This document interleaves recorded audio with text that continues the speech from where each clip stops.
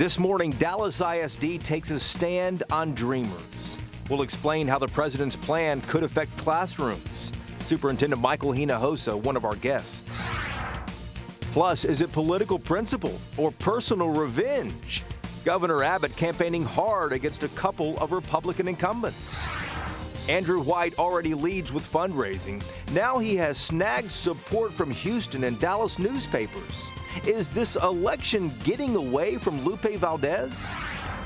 And the Democrats running for Dallas County District Attorney face-to-face in studio to debate this morning. From WFAA TV, this is Inside Texas Politics with Jason Whiteley. Good morning and welcome to Inside Texas Politics. We begin with the one seat the Dallas County Democrats badly want to win back. District Attorney. Two former judges running against each other in the March primary, Elizabeth Frizzell and John Creuzot. But what separates them? On what issues do they differ? Those are among our questions for them, and joining the conversation, as always, is Bud Kennedy of the Star-Telegram. Thanks for coming in. John, good morning. How are you doing? Good morning. 2 years ago, it was obvious many thought this office was a complete wreck. Republican Faith Johnson has seemed to stabilize it. What could you do in that position that she has not? We'll start with you, Judge. Well, one of the first things I want to do within the first 100 days of being in office, if I'm elected district attorney, is restart DNA testing. I haven't seen any DNA testing over the past 4 years, and I think that's important because right now we're at 32 wrongful convictions in Dallas County.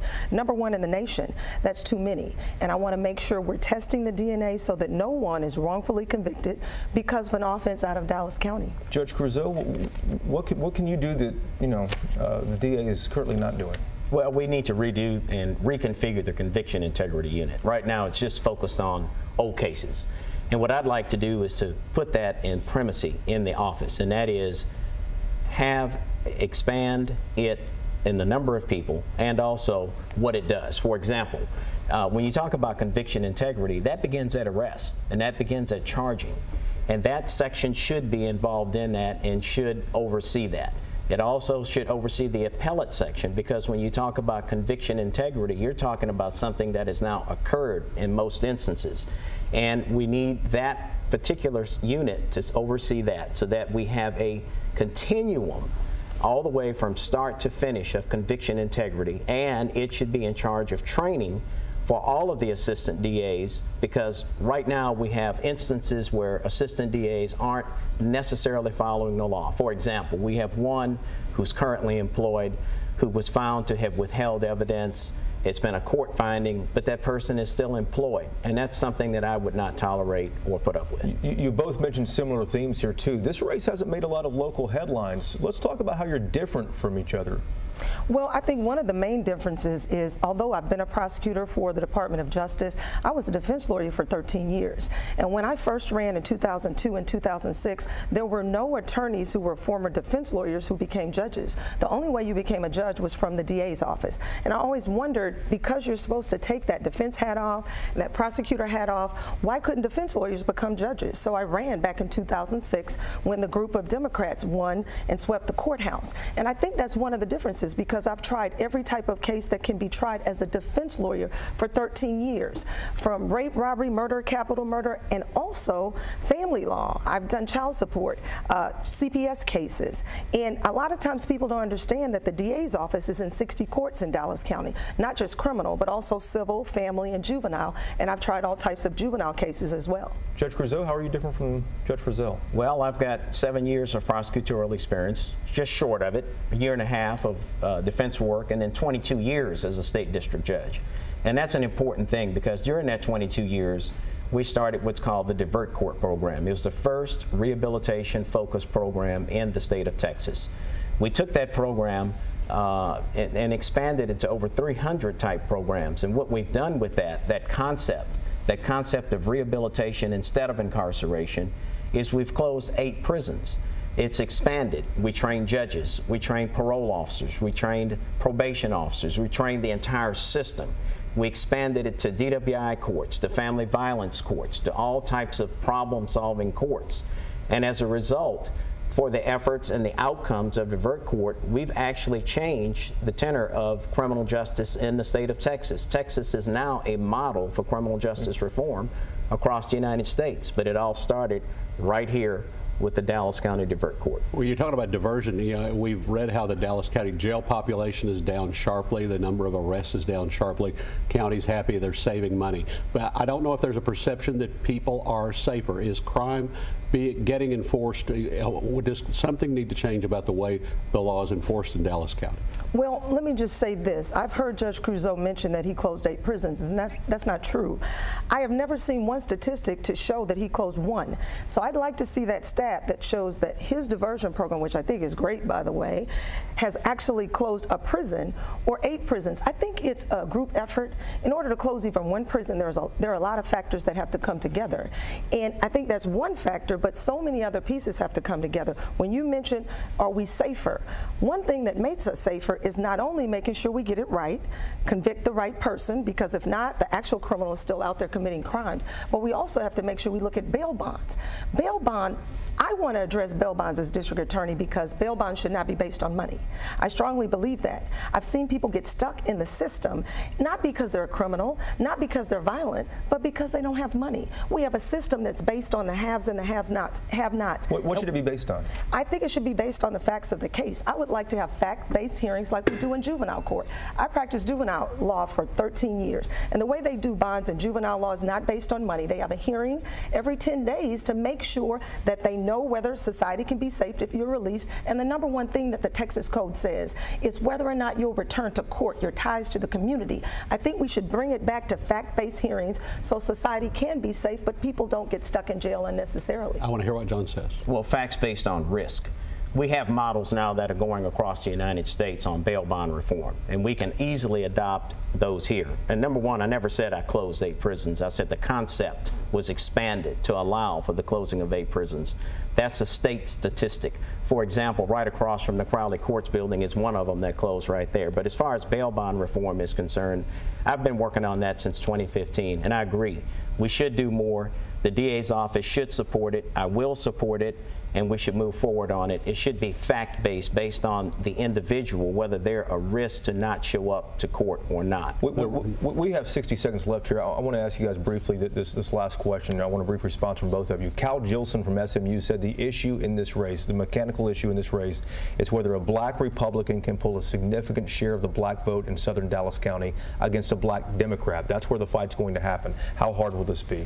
Well, I'll tell you this. Here's how I'll answer it. The treasurer of my campaign is Dr. Frederick Haynes, and he is Friendship West. Pastor of Friendship West. My personal pastor is Pastor Denny Davis, and a lot of people think we're related because my maiden name is Davis, but we're not. My dad's a pastor, and he's Davis. And just those 2 churches alone have 20,000 members. They have a lot of people. Pastor Ricky Rush, that's another 10,000 members. I'm a graduate of Prairie View A&M University, a historically black university. That's another 10,000 right here in Dallas County, not to mention Thurgood Marshall School of Law. That's another 10,000. I think that is going to be critical, getting the African American vote, and I have a lot of support there, as well as my sorority sisters, Alpha Kappa Alpha sorority. That's where it's going to play out, Judge Creuzot. How hard is that going to be for you? Well, I think it won't be as hard as we think. I have significant support across the Democratic community.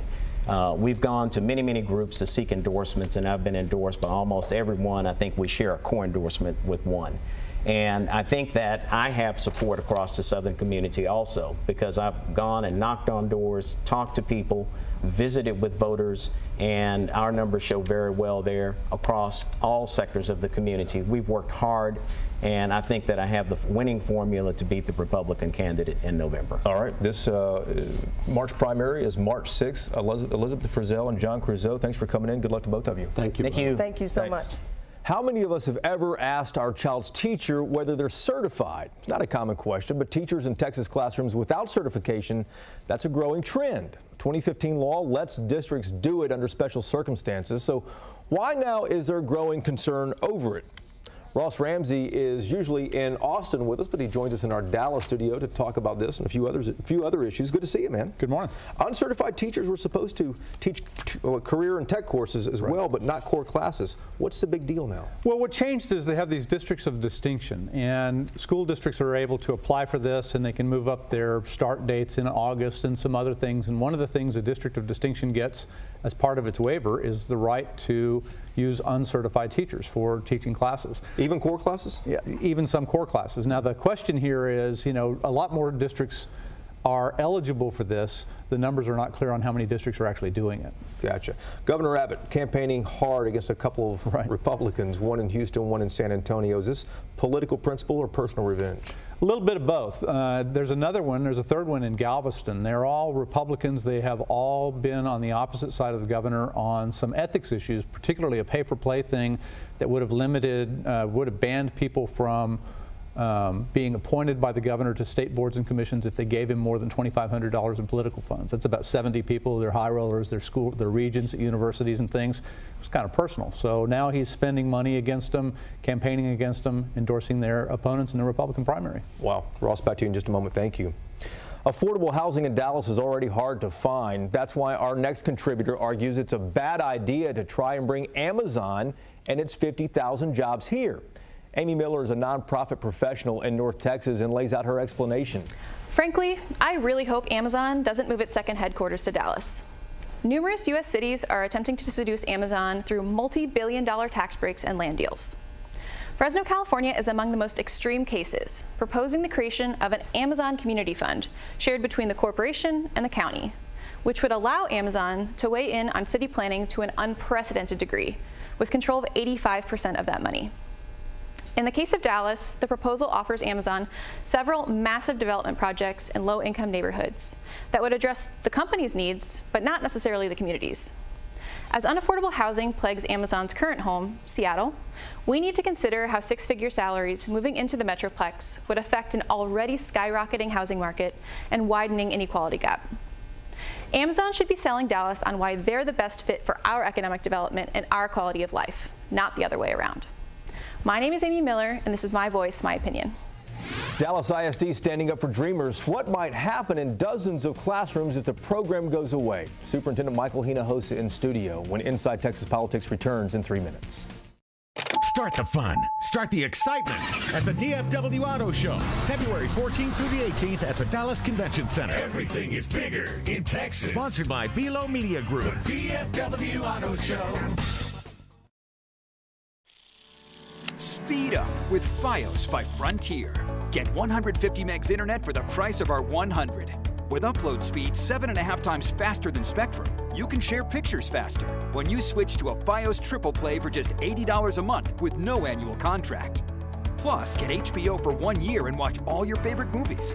Switch today at fiosbyfrontier.com. Speed, it's in our fiber.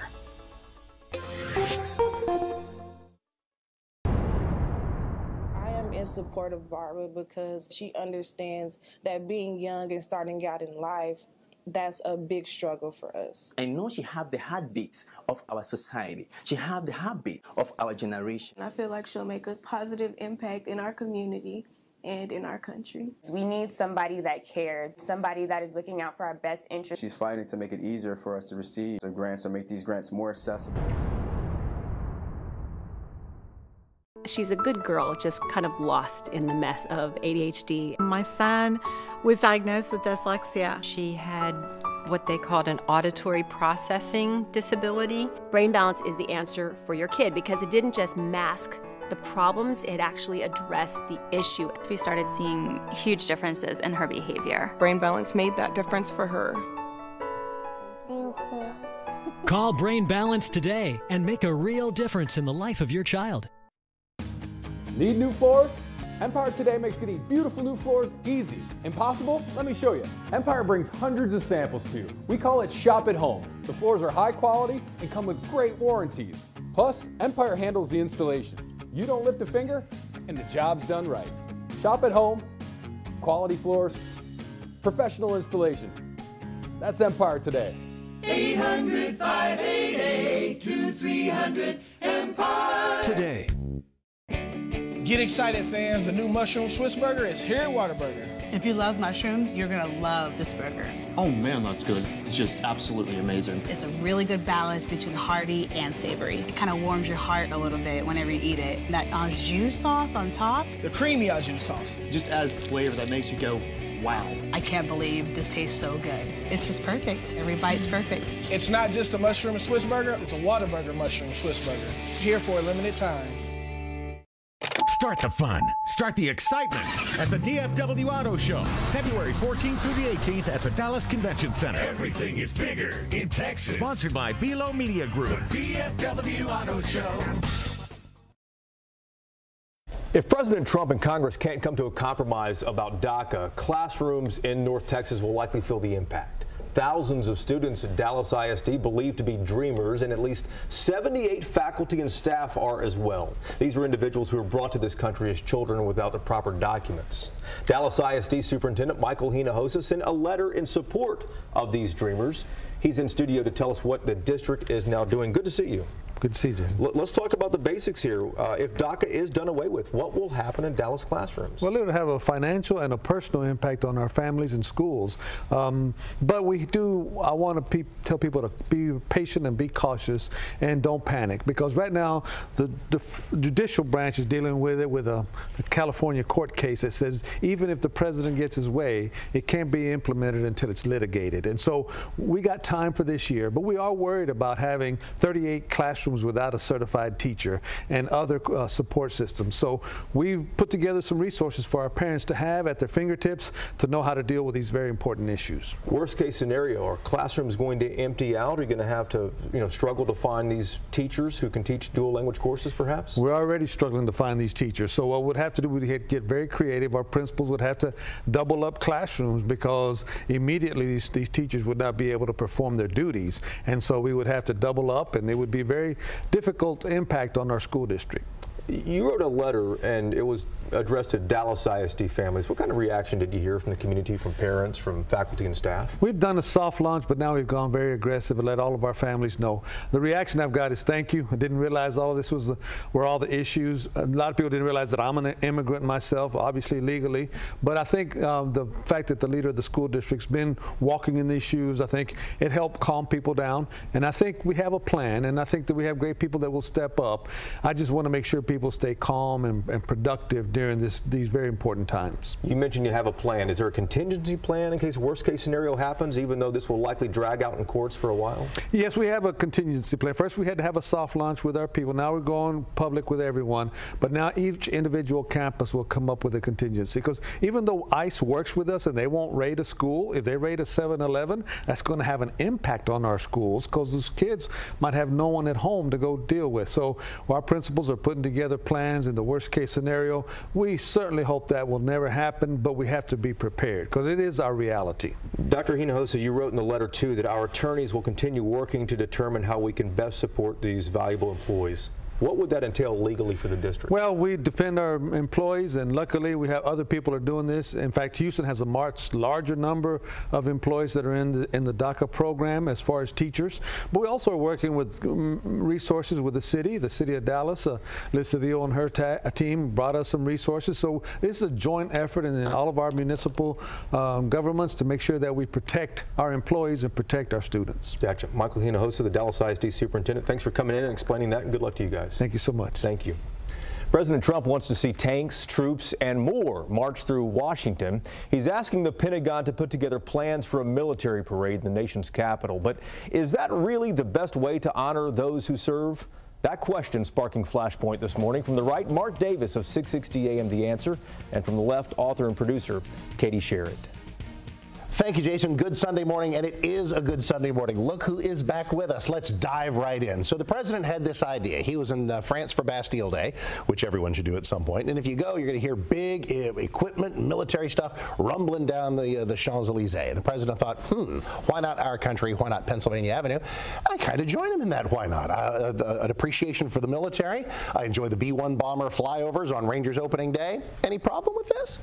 Yeah, I have a really big problem with this. I think it's more of the aggrandizement of Trump. I think it would not be to honor our military. I think it would be to feed our president's fragile ego. And I think if we want to honor our military, which we do on Veterans Day with parades in Washington and parades everywhere, rightly so. Right. I think if we want to honor our military, we do so by paying them well, by reducing wait times at veterans hospitals, by housing homeless vets by doing 1,001 things that we're not doing very well. Completely right. I guess the only thing I would say is that those don't need to be mutually exclusive. I think our government wasted enough money since you and I started talking to pay for that parade. So the notion that we have to do either this or this, I mean, why not have this on this specifically in a hard-fought war on terror, an opportunity to take some men, women, materiel, roll it down for what would be an incredibly appreciative event. And incredibly destructive of Washington streets, which Washington, D.C. would have to pay for. But we managed also, after the Gulf War. You know, the Pentagon didn't decline to ticker tape parade after we left Iraq, and I think they did so rightly so because we were still fighting in Afghanistan. Our men and women are still fighting. I don't think it's time to have a parade. I think it's time to come walk alongside them and finance them properly. From the right, Mark Davis, 660 AM, The Answer. And from the left, Katie Sherrod. As Lieutenant Governor, I'm proud to have presided over the most conservative and productive Senate in Texas history. I stood up to President Obama when he refused to back our brave police officers. I led the fight to ban sanctuary cities in Texas, and I stand with President Trump on keeping our border secure. But liberals, they keep on fighting every step of the way. But I won't back down. Lieutenant Governor Dan Patrick, a principled conservative, standing up for the people of Texas. Stephanie, why are you smiling so big? I just had the new smile procedure done yesterday with Dr. Sydney Kishiro. Yesterday with the LASIK boss? What's the smile procedure? It's the new way to correct your vision. That's why I was able to put makeup on today. I'm gonna go swimming later. Are you serious? Because I had to wait literally 2 weeks to do everything after I had LASIK surgery. Hi, Dr. Sid Gisharu. We're the first in Dallas to bring the new smile vision correction procedure. LASIK-like results, quick recovery, LASIK-like pricing. Why are you smiling? Ready or not, here we fun. It's a whole new year of thrills at SeaWorld and Aquatica San Antonio. There's more to soak and more to soar, and all new experiences in store. It's the most exciting year ever.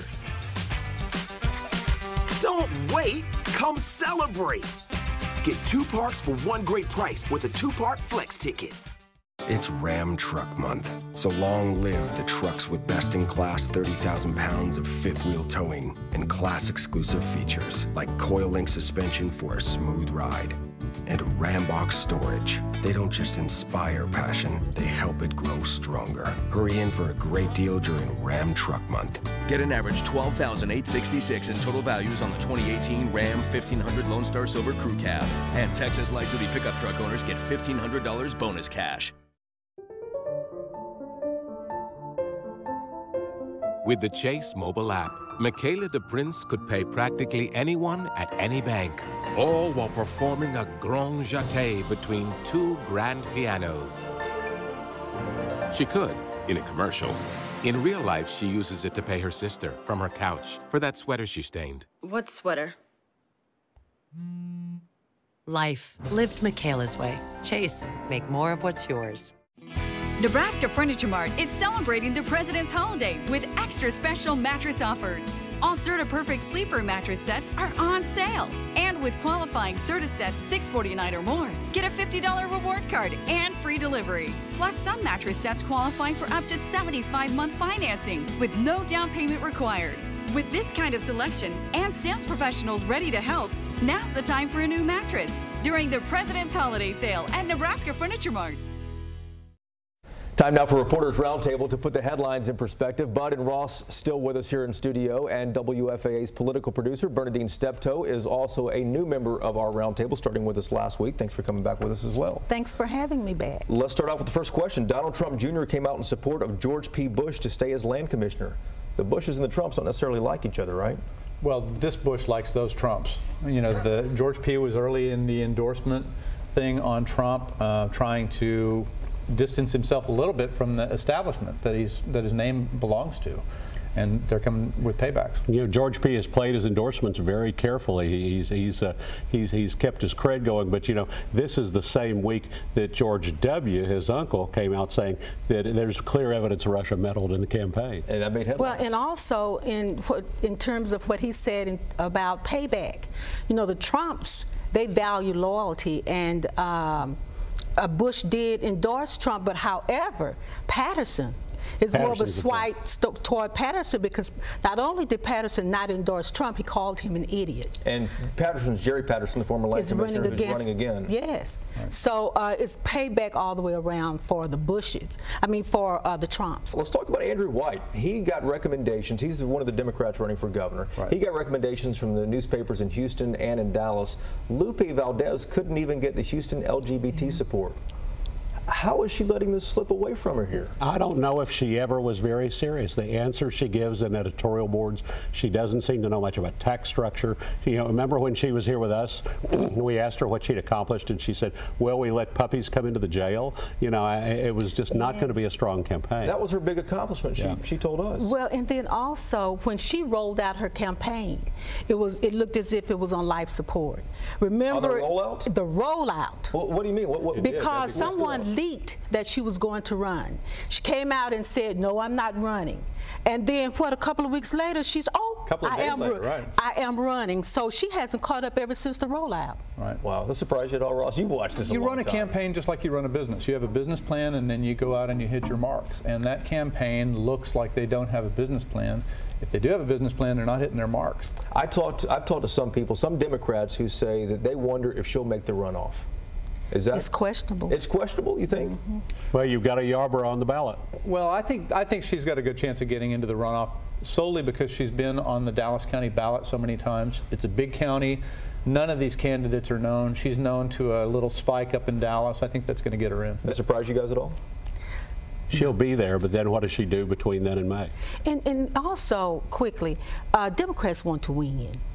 And looking at her just doesn't seem as if she can come close to Abbott. But we talked about in this program last week, Andrew White has given to Republicans in Kentucky, and he's also personally pro-choice, even though he says that won't affect any policy decisions if he gets elected. Democrats have a choice, a tough choice kind of here to make, huh? I think that's a little dangerous to him in a Democratic primary. I think if he can get out of that alive, I think some of that might actually help him in November. Let's talk about briefly the last topic here on Roundtable. Empower Texans, always a player in the Republican primaries. This year they picked a fight with education groups over whether schools should encourage voting, something you and I talked about a few weeks ago. Is this going to swing any votes?